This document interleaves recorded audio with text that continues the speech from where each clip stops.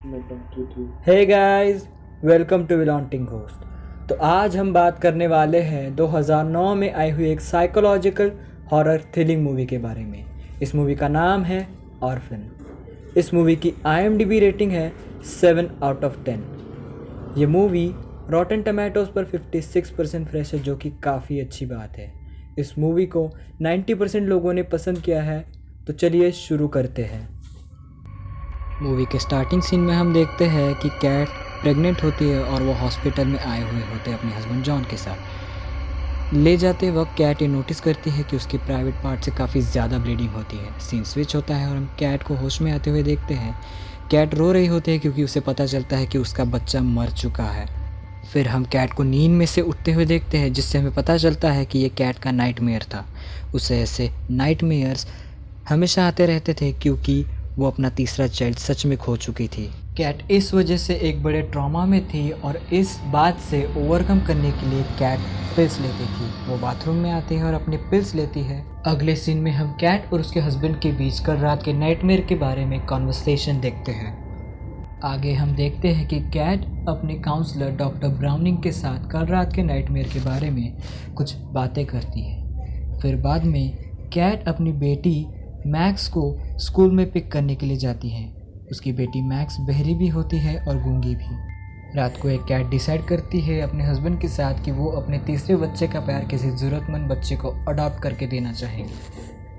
अगले दिन जॉन और कैट ऑर्फनेज में पहुंचते हैं एक बच्चा अडॉप्ट करने के लिए। वहाँ वो लोग एस्थर से मिलते हैं। एस्थर काफ़ी हंस के और काफ़ी प्यार से उनके साथ बात करती है। कैट, जॉन और एस्थर इन तीनों की काफ़ी अच्छे पटने लग गई थी। फिर कैट और जॉन पेपर वर्क के लिए सिस्टर एबिगेल के साथ जाते हैं। सिस्टर एबिगेल एस्थर के बारे में थोड़ी इन्फॉर्मेशन उन्हें बताती है कि एस्थर रशिया से है और जिस फैमिली के साथ एस्थर रहती थी उस फैमिली की आग में जलकर डेथ हो गई। एस्थर काफ़ी मुश्किल से बची और एस्थर काफ़ी होशियार लड़की है और हमेशा रानियों की जैसी रहती है। अपने गले में एक रिबन पहनती है और हाथों में भी। बाद में कैट और जॉन एस्थर को लेके घर पहुंचते हैं। मैक्स अपनी नई बहन से मिलने के लिए काफ़ी एक्साइटेड थी। एस्थर घर के सारे मेंबर्स के साथ काफ़ी घुल मिल जाती है सिवाय डैनियल के। डैनियल की एस्थर के साथ ज़्यादा पट ही नहीं पाती, दोनों में काफ़ी अनबन होती रहती। इस सीन में हम देखते हैं कि कैट और जॉन सो रहे थे, तभी वहाँ पे एस्थर आती है और एस्थर कहती है कि हमें डर लग रहा है तो क्या हम आपके पास सो जाए।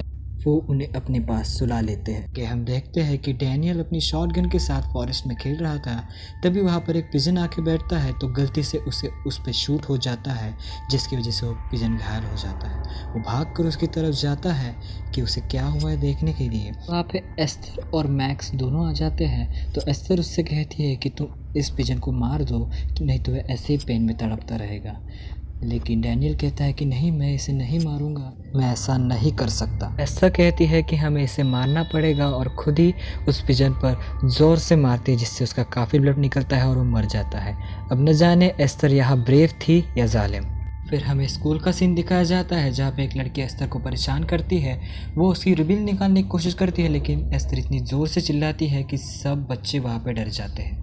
फिर हम देखते हैं कि कैट एस्थर को पियानो सिखा रही थी। उस वक्त कैट कहती है कि क्या मैं तुम्हें अपनी तीसरी बेटी की ग्रेव दिखाऊं। वो उसे ग्रेव के पास ले जाती है, लेकिन वहाँ पे एस्थर रोने लग जाती है और वो देखकर कैट को उस पर और भी ज़्यादा प्यार आने लग जाता है। धीरे धीरे सब उसके क्लोज आने लग गए थे। फिर रात को कैट अपने हस्बैंड जॉन के साथ एस्थर के साथ हुई बातें डिस्कस करती है और दोनों पर्सनल होते हुए इंटीमेट होने लग जाते हैं। वहाँ पे एस्थर भी उन्हें ऐसा करते हुए देख लेती है। अगले दिन कैट इस बारे में बात करने के लिए एस्थर के रूम में आती है, लेकिन एस्थर कहती है आप टेंशन ना लें, मुझे इस बारे में पता है। कैट बाहर आकर जॉन से इस बारे में बात कहती है, लेकिन जॉन कहता है कि ज़्यादा ध्यान मत दो, वैसे भी सिस्टर एबिगेल ने कहा था कि वो बहुत कुछ जल्दी पिक कर लेती है। फिर हमें पार्क का सीन दिखाया जाता है।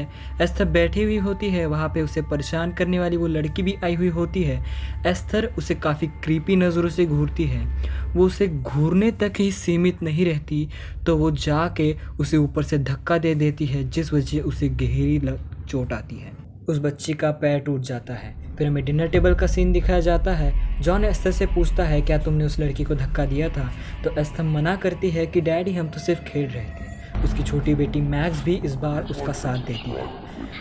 लेकिन डैनियल कहता है कि नहीं, तुम झूठ बोल रही हो, तुमने उस लड़की को धक्का दिया है। जॉन डैनियल से कहता है कि तुम अपनी बहन से सॉरी कहो। डैनियल मना करता है कि मैं सॉरी नहीं कहूँगा और डिनर टेबल से उठ के चला जाता है।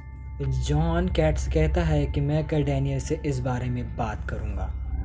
धीरे धीरे कैट को भी एस्थर पे थोड़ा थोड़ा डाउट आना शुरू हो चुका था। शॉप में कैट को सिस्टर एबिगेल का कॉल आता है तो कैट उन्हें सब कुछ बता देती है। सिस्टर एबिगेल फिर घर पर आते हैं और कैट से माफ़ी मांगती है कि डियर सॉरी, हमें एस्थर के बारे में ज़्यादा कुछ पता ही नहीं था। सिस्टर एबिगेल बताते हैं कि एस्थर वैसे तो काफ़ी अच्छी लड़की है, हमेशा हंसती रहती है, लेकिन कभी वो ज़्यादा लोगों से घुल मिल नहीं पाती, उनसे अच्छे से बात नहीं कर पाती।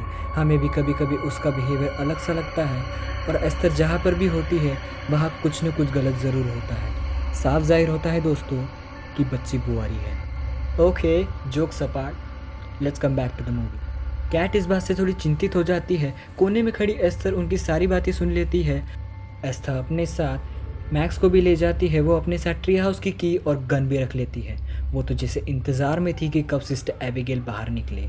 जैसे ही सिस्टर एबिगेल बाहर निकलती है तो एस्थर भी वहाँ पहुँच जाती है। जब सिस्टर एबिगेल रोड से गुजर रही थी तब एस्थर मैक्स को रोड पर धक्का दे देती है, जिस वजह से सिस्टर एबिगेल का बैलेंस पूरी तरह बिगड़ जाता है। उनका एक्सीडेंट होते होते बचता है। फिर वो बाहर आते हैं और मैक्स को देखते हैं, लेकिन पीछे से एस्थर आकर उन पर हथौड़े से वार करती है। वो उन पर हथौड़े से बार बार वार करती है बिना सोचे कि मैक्स पर क्या गुजरी होगी उस वक्त। मैक्स डरी हुई होती है, लेकिन एस्थर कहती है डरो मत, मुझे उसे मारना पड़ा, और वो मैक्स को लेकर घर जाती है। घर पहुंचने के बाद एस्थर ट्री हाउस में अपने ब्लड मार्क्स साफ करती है और वहीं पर अपने प्रूफ्स छुपा देती है। ये करते वक्त डैनियल ने एस्थर और मैक्स को देख लिया था, लेकिन एस्थर देखे उससे पहले डैनियल वहाँ पे छुप जाता है, लेकिन एस्थर डैनियल को देख लेती है। फिर सीन स्विच होता है और हमें रात का सीन दिखाया जाता है। रात को एस्थर आकर डैनियल को पेपर कटर से डराती है और कहती है कि तुमने अगर किसी को भी कुछ बताया तो मैं तुम्हें मार दूंगी। अगले सीन में हम देखते हैं कि कैट अपनी संतुष्टि के लिए एस्थर को डॉक्टर ब्राउनिंग के पास लेकर आती है, लेकिन एस्थर अपनी चालाकी से बाज नहीं आती और वो डॉक्टर ब्राउनिंग को भी अपनी बातों में फंसा लेती है, जिस वजह से उन्हें लगता है कि इसमें कैट की ही गलती है। अब जॉन भी कैट पे गुस्सा होता है और कहता है कि ये तो तुम्हारा ही आइडिया था ना, फिर अब क्यों नहीं तुम हैंडल कर पा रही हो। तभी उन्हें ऑर्फनेज से फ़ोन आता है कि सिस्टर एबिगेल कर आपके घर पे आई थी, वो अब तक लौटी नहीं है। इस बात का पता चलने पर पुलिस इन्वेस्टिगेशन करती है तो उन्हें सिस्टर एबिगेल की डेड बॉडी मिलती है। जब कैट और जॉन को इस बारे में पता चलता है तो दोनों काफ़ी परेशान होते हैं और सोचते हैं कि कल ही तो सिस्टर एबिगेल हमारे घर आई थी, तो ऐसा क्या हो गया जिस वजह से उनकी डेथ हो गई। फिर कैट डिसाइड करती कि हम मिलके पता लगाएंगे कि एस्थर कहाँ से आई है। हम रशियन ऑर्फनेज में पता करेंगे कि एस्थर नाम की लड़की उनके यहाँ थी कि नहीं। फिर कैट को शॉकिंगली पता चलता है कि रशिया में कोई भी एस्थर नाम की लड़की थी ही नहीं। सीन स्विच होता है और हमें कैट किचन में काम करती हुई दिखती है। तब एस्थर वहाँ आकर कैट को कुछ फ्लावर्स देती है। ये वही फ्लावर्स होते हैं उसकी तीसरी बेटी के ग्रेव के, जिस वजह से कैट काफ़ी गुस्सा हो जाती है और वो एस्थर की बाजू काफ़ी ज़ोर से पकड़ती है। दोनों में काफ़ी झगड़ा होता है। तब जॉन आकर उन दोनों को अलग करता है।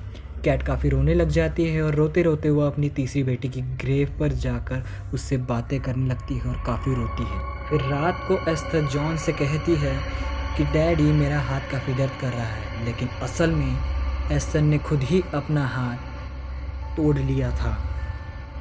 इस बात से जॉन को भी काफ़ी बुरा लगता है क्योंकि उसने अपनी वाइफ को इतना जालिम नहीं समझा था। इस बात की वजह से कैट और जॉन के बीच के रिलेशनशिप में भी दरार पड़ने लग गई थी। इस बात से कैट वाइन शॉप में जाकर वाइन खरीदती है, लेकिन वो पीती नहीं, सारी वाइन बेसिन में बहा देती है। फिर अगले सीन में हम देखते हैं कि कैट अपने बच्चों को स्कूल छोड़ने आती है, लेकिन डैनियल की कुछ बुक्स नीचे गिर जाती है तो कैट उसे देने के लिए उसकी तरफ जाती है, लेकिन पीछे से एस्थर गाड़ी स्टार्ट कर देती है, जिस वजह से गाड़ी पीछे की तरफ मूव होना शुरू हो जाती है। गाड़ी में मैक्स बैठी हुई थी। जब कैट ये देखती है तो वो काफ़ी डर जाती है, गाड़ी के पीछे दौड़ती है। कुछ लोग भी उसकी मदद करते हैं, लेकिन गाड़ी को रोक नहीं पाते। गाड़ी जाके बर्फ़ से टकराती है। फिर कैट दौड़ के गाड़ी की तरफ जाती है और अपनी मैक्स को गले से लगाती है। उसे ऐसा लगने लगा था कि उसे कोई खुश नहीं रहने दे रहा। इस बात से जॉन उसके काउंसलर को घर पर बुलाता है और उन्हें वाइन की बोतलें दिखाता है और बताता है कि ये कल रात को वाइन लेकर आई है, लेकिन कैट मना करती है कि मैंने वाइन चखी भी नहीं है। डॉक्टर ब्राउनिंग कहती है कि तुम्हें रिकवरी के लिए रिहैब सेंटर भेजा जाएगा, लेकिन कैट मना करती है कि मुझे रिहैब सेंटर की ज़रूरत नहीं। तीनों में इस बात को लेकर काफ़ी बहस होती है। फिर रात को हम देखते हैं कि डैनियल अपनी बहन के रूम में चोरी छुपे जाता है और उससे पूछता है क्या तुम्हें एस्थर के बारे में कुछ पता है। तो मैक्स उसे कुछ पिक्चर्स देती है जिसमें एस्थर के किए गए सारे करामात की ड्राइंग्स बनाई गई होती है। तो डैनियल उससे पूछता है क्या तुम्हें कुछ पता है। तो मैक्स बताती है कि उसने सारे अपने प्रूफ ट्री हाउस में छुपा के रखे हैं। तो डैनियल फैसला करता है कि वो उसके खिलाफ प्रूफ्स इकट्ठा करेगा।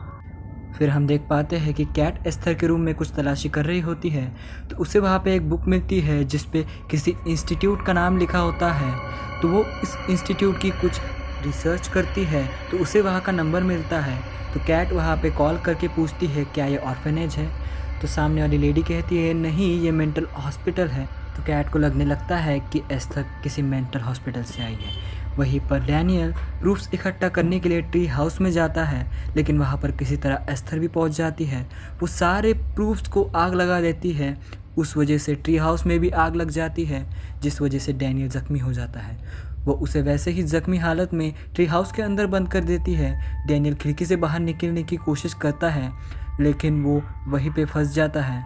उस वजह से वो वहाँ पे लटक जाता है, जिस वजह से वो नीचे गिरता है और उसे काफ़ी गहरी चोट आती है। नीचे गिरने की वजह से डैनियल बेहोश हो जाता है। जब कैट को ये दिखता है तो कैट वहाँ पे भाग के पहुँचती है।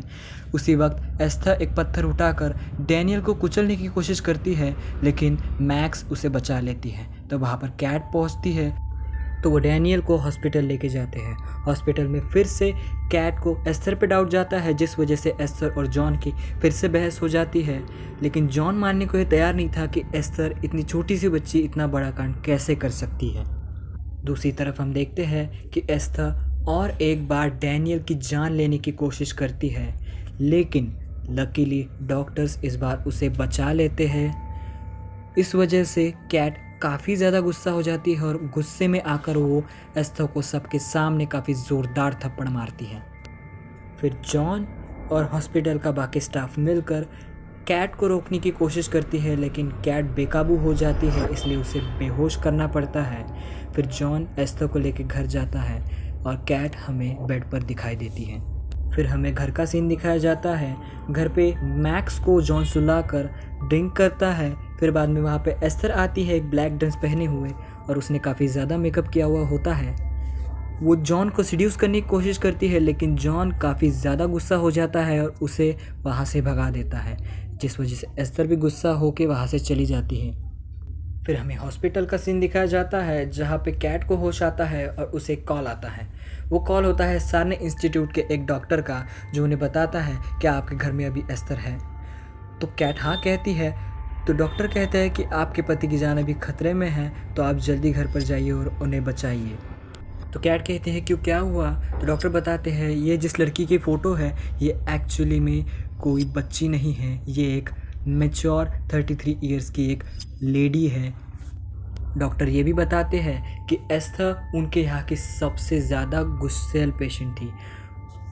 डॉक्टर बताते हैं कि एस्थर को हाइपोपिट्यूटरिज्म नाम का रेयर हार्मोन डिसीज़ था, जिसकी वजह से बौनापन आ जाता है।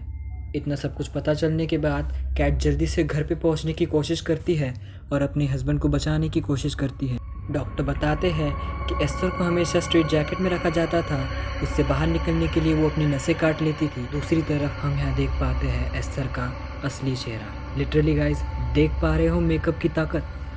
दूसरी तरफ यहाँ पे जॉन को बुरा लग रहा होता है कि उसने इतनी छोटी बच्ची से ऐसे बात की, इसलिए वो उससे बात करने के लिए उसके रूम में जाता है, लेकिन उसे वहाँ पे काफ़ी अजीबोगरीब पेंटिंग्स मिलती है। तो वो वापस आकर अपना एक कॉल अटेंड करने के लिए आता है, लेकिन अचानक से लाइट चली जाती है। तभी वहाँ पे एस्थर आती है और जॉन से लड़ाई करते वक्त वो उसे कई बार स्टैप करती है और वहीं पर जॉन की डेथ हो जाती है। ये सब करते हुए मैक्स भी उसे देख लेती है। वहीं दूसरी तरफ कैट घर पर आ रही होती है। कैट घर पर आते वक्त पुलिस को भी इन्फॉर्म कर देती है। घर आने के बाद कैट अपने हस्बैंड की डेड बॉडी देखती है तो कैट काफ़ी ज़्यादा रोने लगती है। कैट को इस बात का दुख होता है कि अगर उसे एस्थर की सच्चाई पता होती तो उसका पति जिंदा होता। तभी कैट अपनी छोटी बेटी मैक्स को ढूंढने की कोशिश करती है, लेकिन एस्थर उसे भी शूट कर देती है, जिसकी वजह से वो भी ज़ख्मी हो जाती है। दूसरी तरफ हम मैक्स को देखते हैं, जो कि एस्थर से बचने के लिए ग्रीन हाउस में जाके छुप जाती है, लेकिन एस्थर भी उसे ढूंढ रही होती है। उसी वक्त हम देखते हैं कि कैट अपनी बेटी मैक्स को बचाने के लिए एस्थर को डिस्ट्रैक्ट करने की कोशिश करती है। वो शीशा तोड़कर उसके ऊपर कूद जाती है। तभी वहाँ पे पुलिस आती है। एस्थर ग्रीन हाउस में बेहोश पड़ी हुई होती है।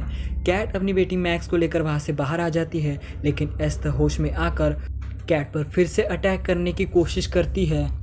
एस्थर कैट पे अटैक करने की कोशिश करती है, लेकिन उसकी छोटी बेटी के हाथों गन लग जाती है। वो फायर करती है, लेकिन वो एस्थर को लगने की बजाय आइस पे लगती है, जिस वजह से आइस टूट जाती है और दोनों की दोनों पानी में गिर जाती है।